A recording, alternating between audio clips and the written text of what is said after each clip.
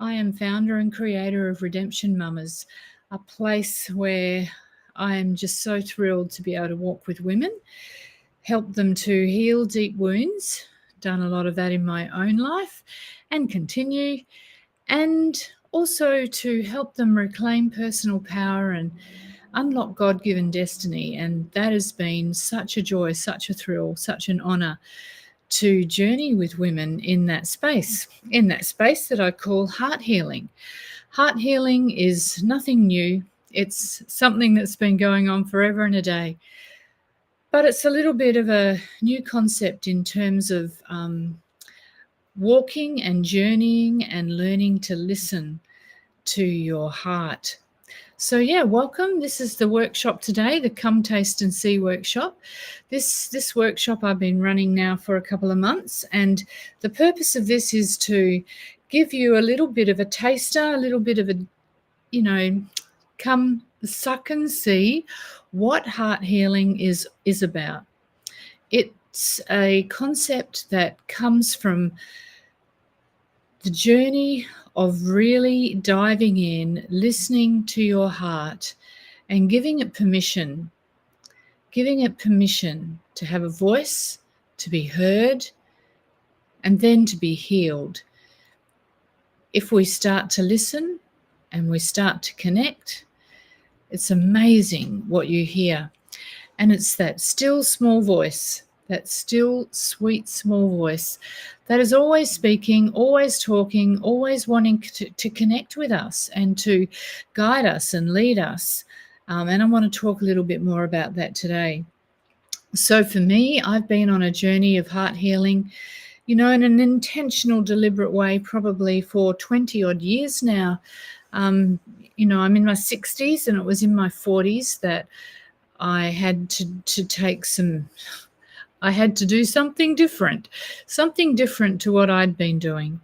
And my life started to unravel, and I had no idea why. It's something happens in your 40s that brings you to, a face-to-face reality check with where you're at, who you are. And that was definitely happening for me in my 40s as I was starting to really evaluate my life. And I think too, life experiences, they shape you, they make you, they break you. They have many purposes, and my life experiences were stretching me beyond my capacity at the time. I had 5 children. I was a mother to 5 children.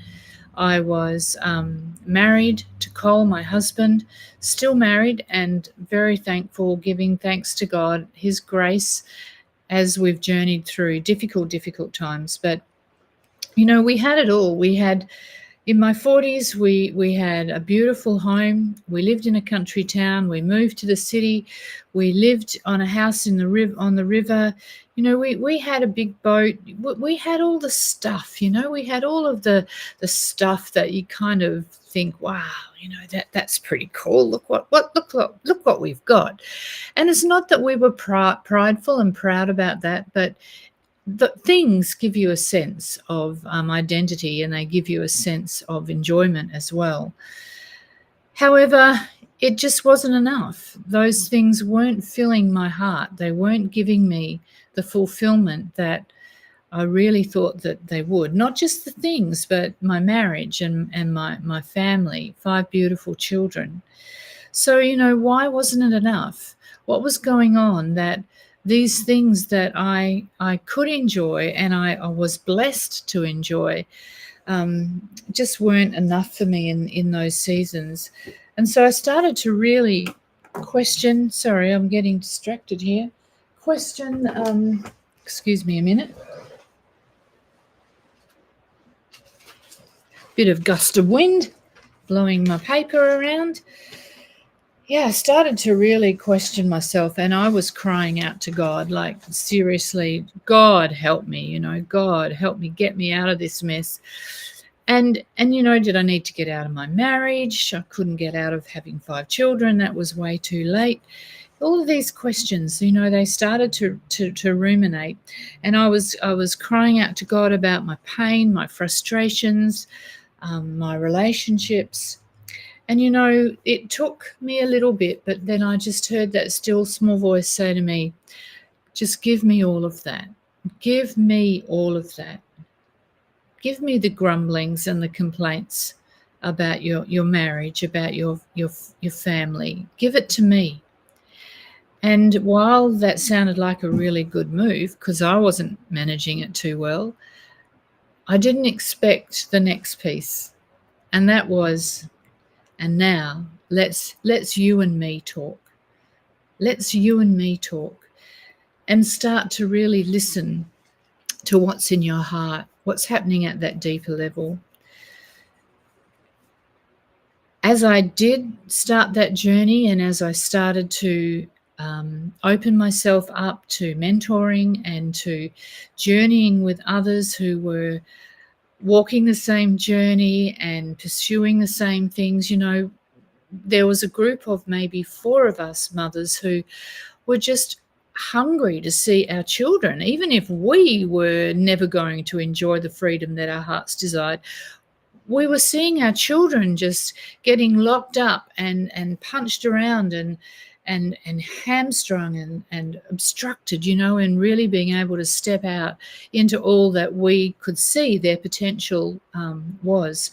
And so as I started to do this journey, a number of things came to the surface, and a lot of them had to do with abuse.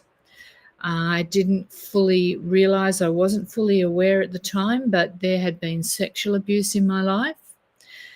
Sometimes you don't see it for what it is. There'd been emotional abuse, there'd been spiritual abuse, and I had been on the other side of that as well. So it's not just it was me. When you experience things like that, you tend to live out of it and live from it. And this was a really challenging time for me to journey through the reality of understanding the impact of what that had on my life, particularly on my heart. As I was allowing myself to listen to my heart, and interestingly, the awareness of some of this abuse came as I was asked by a friend, would I help her on her journey, which at that time she wasn't aware was probably sexual abuse in nature, but she had started to black out, pass out, and the therapist that she was with at the time had given her a book by Dan Allender called The Wounded Soul. And she said to me, will you read it with me? I just don't know if I can do it on my own. And so I did start reading that book. And I have to say that it was a bit confronting, because as I was reading the book, I knew that I was reading parts of my own journey and my own life that now I understand contributed to lots of those parts of the unraveling. And I'm thankful for that friend inviting me into her space, but what it did was it opened my eyes to see some things that I needed to see. And for that, I'm so, so, so grateful, because when you have things that have wounded your heart, particularly abuse, it just changes. It changes so many things about you. It changes so many things about your DNA, your thinking processes. It's a really nasty thing. But God has brought healing in my own life, and healing into my relationships, and healing into my marriage, and healing into my family. And for that, I'm so, so grateful. Different forms of abuse have a tremendous impact on our life, and having journeyed with women and seen them break free of the narcissistic relationships that they found themselves in, and how they got there and why that's happened, and understanding all of the pieces of the jigsaw that have brought them to that place, and then seeing the healing that's come on their lives, in their lives, through the heart healing journey. So today I wanted to just share a little bit about, how for me I saw that I gave away a lot of my power, and I did that because abuse just tells you that you're powerless. It tells you that you have no worth. It tells you that you're not even worth being valued. You're just a piece of whatever. And it just changes your whole way that you think about yourself. It changes your whole way that you think about others. So as I went through the awareness phase of realizing what was at the bottom or behind some of these things, I saw that it had brought an issue into my life that was not helpful, and that was the issue of control.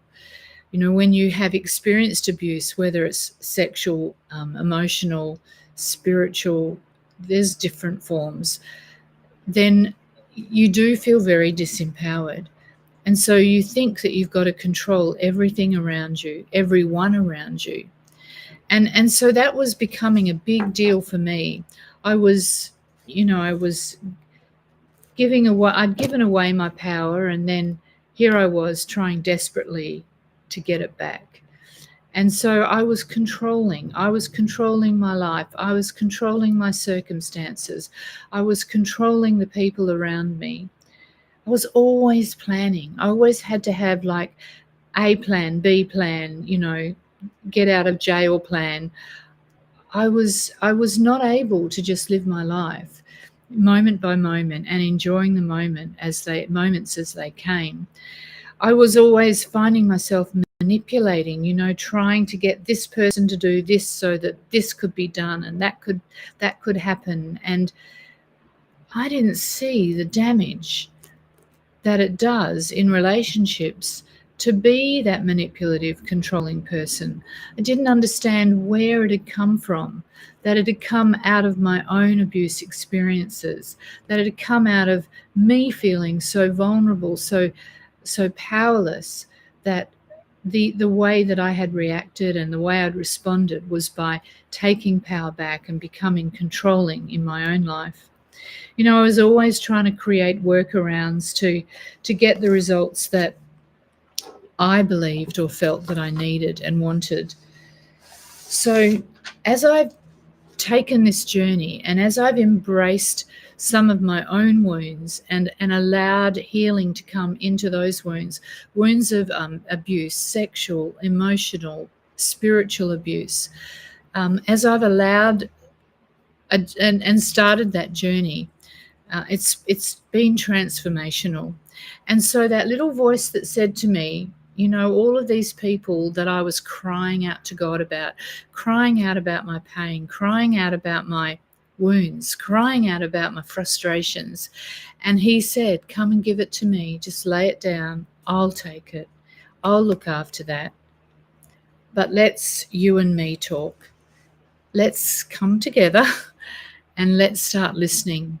Let's start listening to what your heart is saying. So that began the journey of what was a transformational journey for me. And it's been over a period of years. It's been a journey.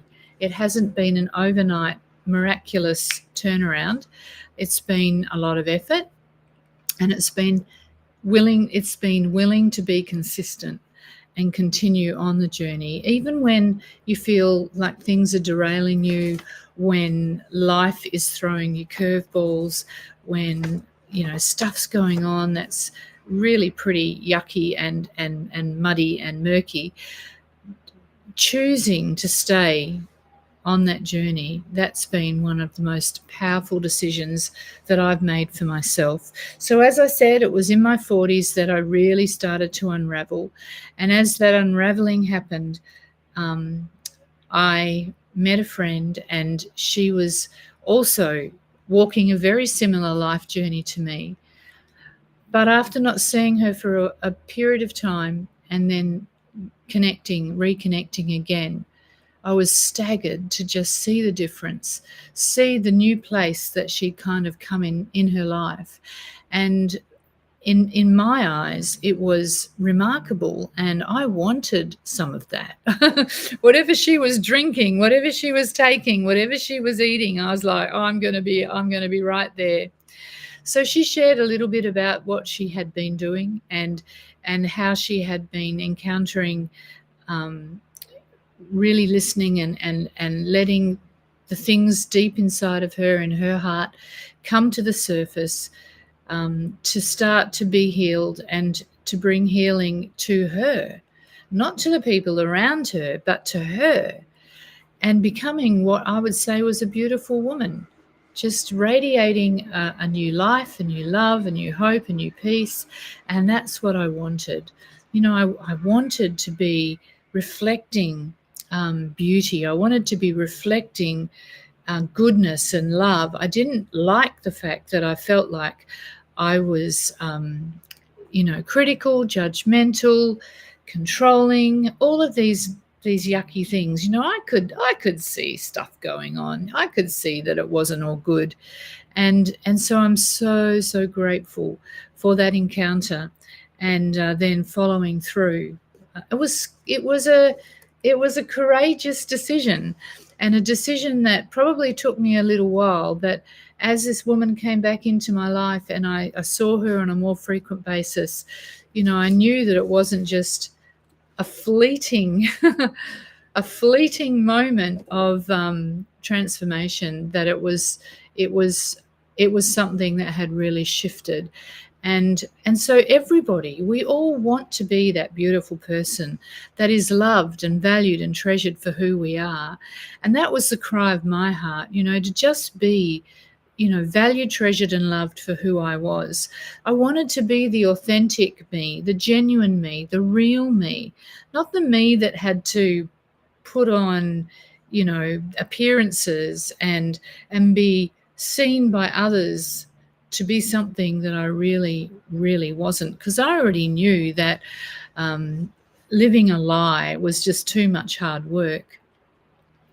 I believed in myself. I believed for some deep part of me was just like, I am not created for this purpose of being ugly and not responding well and being triggered. I knew there was something that I was created for, that was to reflect my true value, to reflect true love, to reflect the treasure within, that all of us have, all of us can have. It's within us, it's inside of us. And so what we reflect is what is within. And if there's a whole lot of wounds and a whole lot of hurt and a whole lot of crap, then that's what we reflect. And yet, deep down, I desired to be loved. I desired to be accepted. I desired to be safe and protected. And so I see that what I did was I looked outside of myself. I looked outside. I tried to change my husband. I tried to change the way he saw me. I tried to make him love me more. I tried to get him to protect me better. I tried to get him to support me more. I tried to change him. I tried to change my children, to be more obedient, to make me look better as a mother, to bring me honor.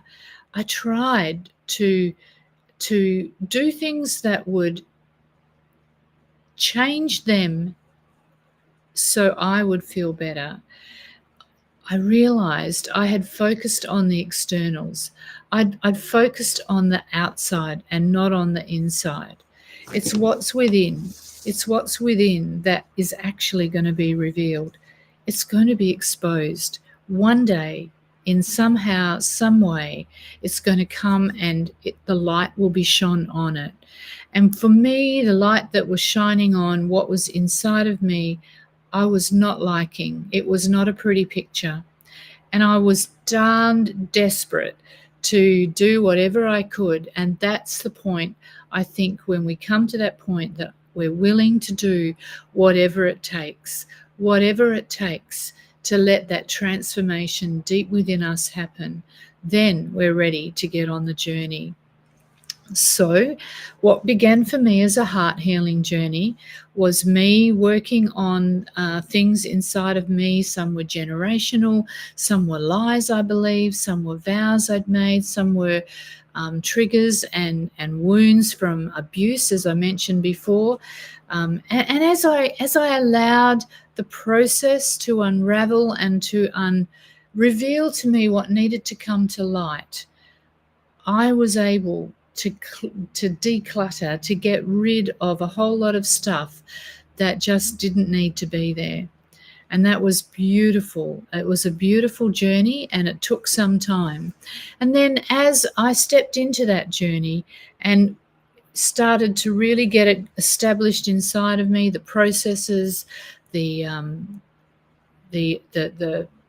fruit of it, others started coming and asking. Not just, there was a group of us, as I mentioned before, 3 or 4 of us as mothers. We were desperately wanting what we had experienced for our children.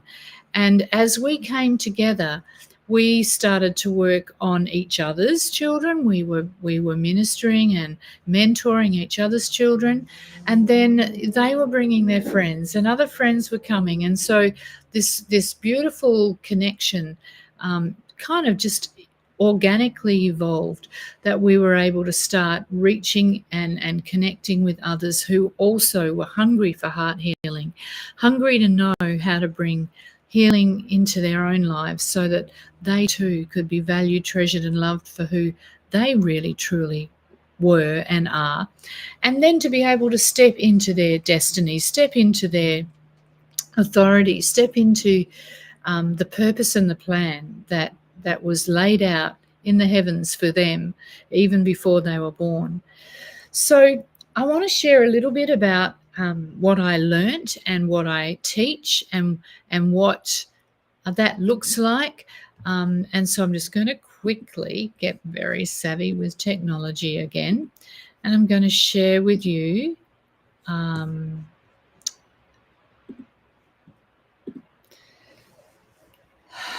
this little presentation. So this is what, for me, this is the insight that I was given, downloads from heaven, really so precious and so beautiful. And this is what that I started to see I needed to know how to do, and that was to live in alignment, body, soul, and spirit. I knew I was a 3-part being. I knew that those 3 parts were my body, my soul, and my spirit, but I never really understood how they needed to live in alignment and how living in alignment was going to serve me so incredibly powerfully well. So what we have, of course, is our body. It's the part of us that we all it has no say. It has no say in what you put in that mouth. It has no say in what you do to keep it healthy and strong.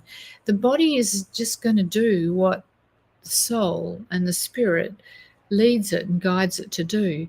But everything that we do will manifest in our body. So we have our body, we have our soul, and we have our spirit.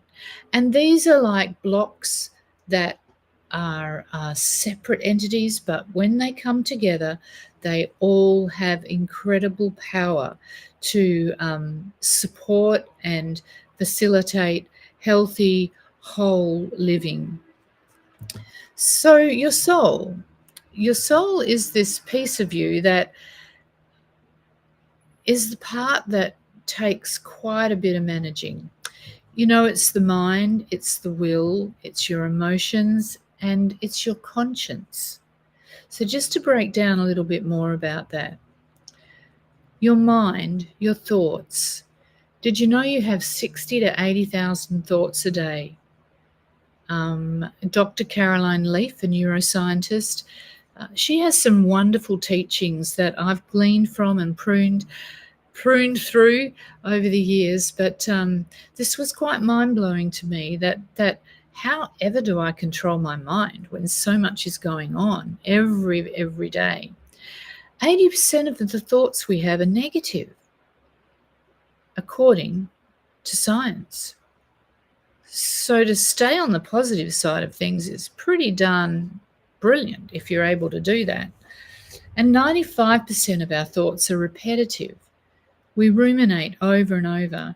So if 80% of them are negative and we're going over 95% of them, we've got a little bit of, we need a little bit of help to stay on the positive side. And so our soul, our mind, our soul is our mind, our will. These are the things that are always working to either serve us well or not serve us well. You know, your will be driving you to get what you want. And I thought what I needed, what I wanted was for God to fix all the people around me. I wanted him to fix my husband. I wanted him to fix my children. I wanted him to fix my circumstances. But in actual fact, what I needed was to pay attention to my own inner world. Your will is a very powerful force, and it will take us on the good side or the bad side. It's contending all the time, contending. When you feel like, whoa, you know, how do I do the things that I don't, why do I keep doing the things I don't want to do? How do I do the things that I want to do? This is our will, the part of us that needs that healing. Your emotions, obviously, both negative and positive. But your emotions start with a thought. So in your soul, your mind, your will, your emotions, they're all interwoven and they're all working, you know, in this really synchronistic kind of way with each other. And so you start with a thought and then you will have a response. I might have the thought that my husband has not honored me in front of my children. And then my response might be to dishonor him. Simple one, but it's happened a lot of times. Emotions are signals. They're signals to us for what is right or wrong. You know, if you're feeling sad or you're feeling joy or you're feeling fear or you're feeling anxiety, it's a sign. If you're feeling anxiety, it's a sign that something's not right. Something's wrong. And so instead of paying attention to our emotions, we can let them totally rule the roost and drive us. And I have done that many times in my life, up until the point where I was tired of being on an emotional roller coaster ride. The ups and downs were not doing me any good at all. So the conscience is the last piece of our soul. We have our mind, our will, our emotions, and our conscience. It's the piece that knows right from wrong. You know, your soul will be saying to you, you know, it wasn't right to say that piece of gossip about that friend behind their back. Your conscience knows, your soul knows. Your soul knows, oh, that wasn't quite right. Your soul keeps a moral compass within you, you know. Your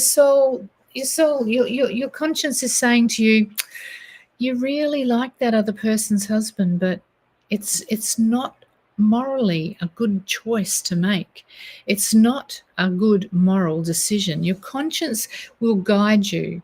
And if we're listening and if we're allowing that to happen, then it can serve us well. But of course, if we're not, it won't serve us well. Your conscience starts with a thought. It starts with a thought and then it will attach an emotion to it. That consciousness within us will start to be awoken by that thought. And so that thought of, oh, that I'm not being, you know, my husband isn't paying me attention, but this man is. The thought, oh, but he is, and man, that feels good. And then your conscience will be trying to speak to you to keep you from doing something that could be absolutely disastrous. have some long-term consequences. Powerful part of our soul. Then there's our spirit. Our spirit man is that incredible space where a still small voice is always speaking. It's speaking life. It's speaking life to us. It's speaking the breath. It's the breath that breathes. You know, when Adam was created, the Spirit breathed life into him. Your spirit is your breath, and when you die, it's your spirit that departs your body, and you no longer have that life. So it's a very powerful place to understand and to feed and to grow. It's a part of us that light, when you see somebody and you're like, wow, the light is shining out of that person, you're seeing their spirit man. You're seeing their spirit man radiate the life, the breath, the light of God within. It's the essence of who we are. Our spirit man, when fed, when nurtured, when allowed to be the force that drives our life, it becomes an essence, it becomes a flow, it becomes a power in us that is so incredibly beautiful. So when we have our body, soul, and spirit lined up like this, we are living in alignment. Our spirit man is that power source that feeds our soul, our mind, our will, our emotions, our conscience. And then our body gets to live out the benefits of good health, of well-being, of radiant joy and love and life. When we live this way, we are living in alignment. And this is the thing that I've learned on my journey. How do I live in alignment? Well, this is how. The piece of us that will continually try to pull us out of alignment is our soul. Our mind, our will, our emotions, our conscience.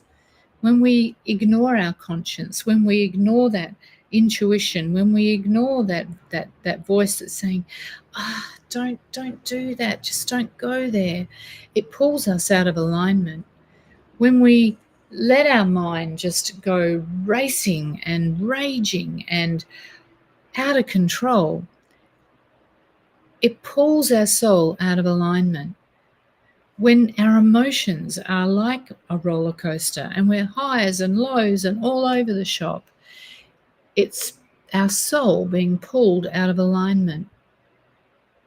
Our will, our desires, when we let them just rule and reign over everything, we are letting our soul pull us out of alignment. So this is the part, this is the piece, this is the place where the healing comes. The healing comes on our soul. The wounds on our soul need to be healed so we can go back to living in alignment. You know that mind, will, and emotions, our conscience is always fighting. It's always fighting versus the rest of us, versus our spirit man and our body manifesting well-being. There's a beautiful word that says,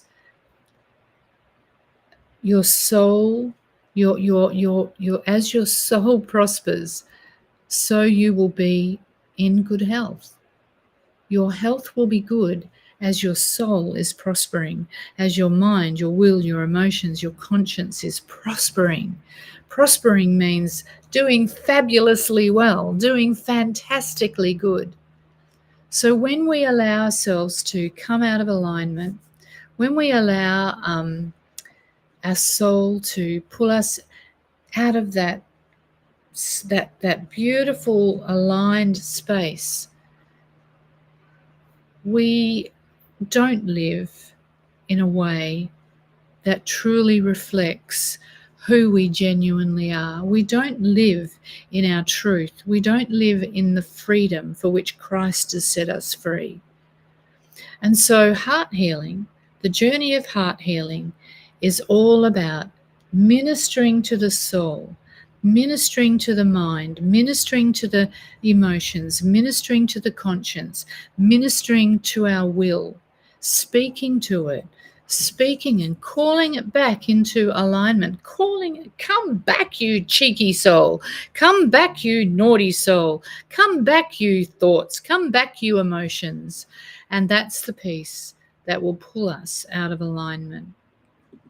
So this is what I've been learning and growing through now for 20 odd years. It took me some time to get my head around it and to understand it. But now in the journey that I've taken for myself and now as I mentor other women, I'm really so honored and humbled to see how women listening to their heart, listening to that still small voice, listening to that beautiful, beautiful, sweet, still small voice will actually help them to live in alignment, to help me live in alignment. And you know, daily, weekly, there's challenges to that. Even when you come through a healing journey, it's never completed. It's never a finished work. Anyone that tells you that they're healed and whole and they're done, I just would be like, okay, let me poke you and see how that works. But no, that's naughty. I wouldn't do that. But you know, it's just not ever going to be a finished work.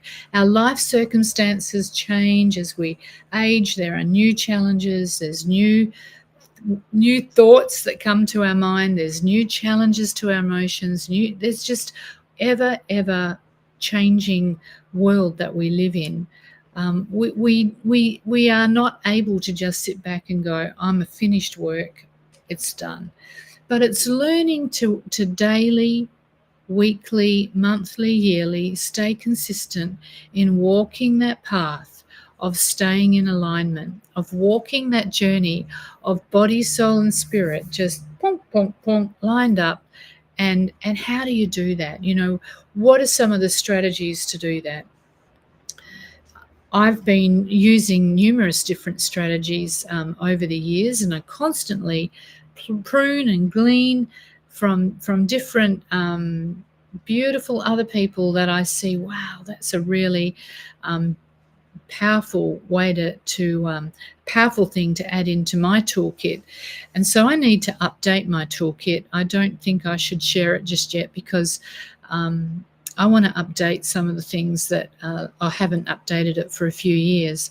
But I will share the link in, and I'll write down the note, of my YouTube channel, Redemption Mumma's YouTube channel, where over the last few years I've been putting up some of the strategies that I use. For instance, one of them is called Frame It Up. And this was, I mean, this is me gleaning. This is not me just inventing this, but it's taking different things and working it into a framework that supports and encourages me on my journey. So Frame It Up was a strategy that I realized that if I actually could frame up, using my mind, using my will, using my emotions, using my soul to frame up some of the unhelpful things unhelpful triggers, unhelpful patterns that I had fallen into that weren't serving me well. So Frame It Up is a process that I went through, and I share it on my YouTube channel. That is just really helpful to take that time and that space and to look at what am I using to scaffold, to frame up the way that I'm managing my soul. And being intentional and being deliberate and being purposeful about it, that is just so incredibly helpful. So that's one of the strategies that you can learn about. There's numerous ones. write it out. Write it out is a strategy that I've used many, many times. It's like journaling. It is journaling, but what I've found is that when I'm in a messy situation, or I'm in a place where my mind, those 60 to 80,000 thoughts are racing through my brain, and I just can't seem to rein them in, then if I write it out and I get my journal, or I get a piece of paper, or I get a book, and I just vomit it out on the page, choo, choo, choo, choo, go, go, go, go, write. It's absolutely stunning how writing it out can bring incredible clarity. It can highlight some of the recurring themes that maybe give some clues to what it is that you need, some strategies that are going to be useful to be able to keep that soul, that pesky soul, in alignment. The Metacog that Caroline Leaf, Dr. Caroline Leaf, a neuroscientist, she uses this. It's not her invention. I don't know who actually created it, but metacogging has been an incredibly helpful process for me. Really helped me to tease out some of the messiness in my soul, some of the messiness in my mind, some of the messiness in my emotions. And I love the way that it just helps to bring clarity and to highlight and pinpoint some of the messiness, some of what needs to be unraveled, exposed and revealed. And so I have a series of metacogs that I share that I was doing over a period. I don't think I actually ever finished that, but there's 10 or 12 there. And you can jump onto Dr. Caroline Leaf's Neurocycle app. It is really helpful app for, particularly if you're experiencing a struggle in your mind to keep it, grounded and not racing off and having you, do silly things or make decisions that aren't going to be helpful. That is a really useful tool. So there's a number of tools on my YouTube channel that come from my toolkit. One that I don't think I think I did do a bit of this, but meditation, I've been finding a lot of help in taking that space to sit and rest. And when you find, and I sometimes am like this, and I've had periods of it being like that. And when I started, it was definitely like this: sitting still, being at rest, allowing all of the, clutter just to be lifted off and sit in a peace and a place of rest. That can be an incredibly hard thing to do. But as you practice it, I would start with like 1 minute, 1 minute a day, like that was enough. And then slowly just build it up and build it up. And as I've built it up over time, I've been able to add elements into that have been very powerful. Elements like I will, in my meditation, say, I'm in you, you're in me, we are one. And for me, I'm speaking about my Papa God, my beautiful Jesus. I'm in you, you're in me. And then I hug myself, we are one. And that's something I'll do in my meditation time to really reinforce, what's at the core, what's at the heart of my time of rest, my time of sitting, my time of spending sweet presence. I can't even put words to it, but to be able to sit in that rest. And then as the rest time gets a little bit easier, I can extend it. Now I can do it for an hour. I can probably do it for more, but that's through years of building, and the blocks, have to be built up within us. Another tool that has been incredibly powerful for me is gratitude.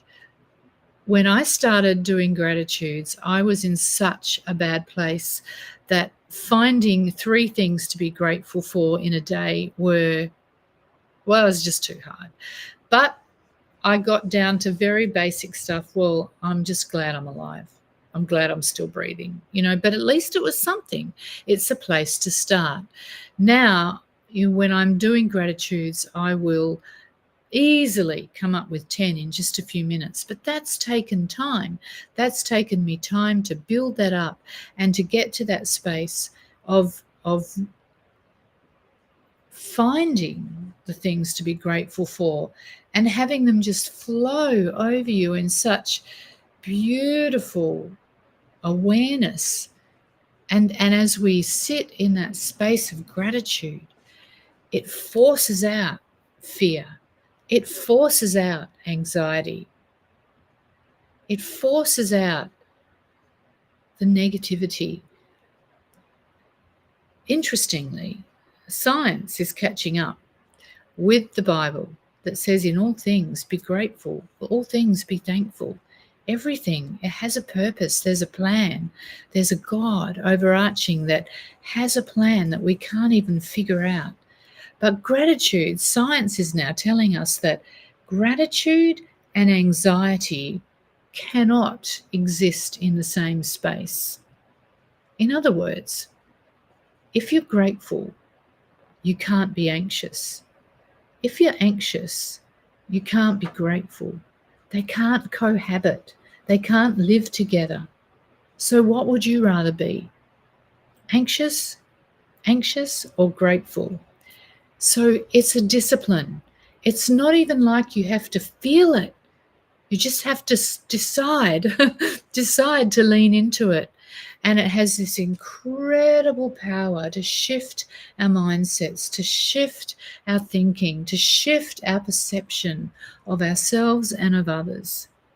I highly recommend getting yourself a gratitude journal. I'm not sure. Whoops, mine's not quite. Oh, there it is. I'm someone that needs to go find something pretty that inspires me to pick it up and read it, or not.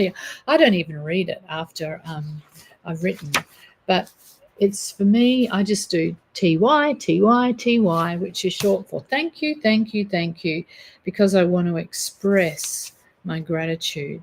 And another little key is I put the date, because if I go back and I'm like, oh man, I haven't done this for months and months and months, perhaps it's something I should pick up again and just sort of revisit, because sometimes without even realizing it, we can have gone into a place of anxiety, and that place is never fun, never good.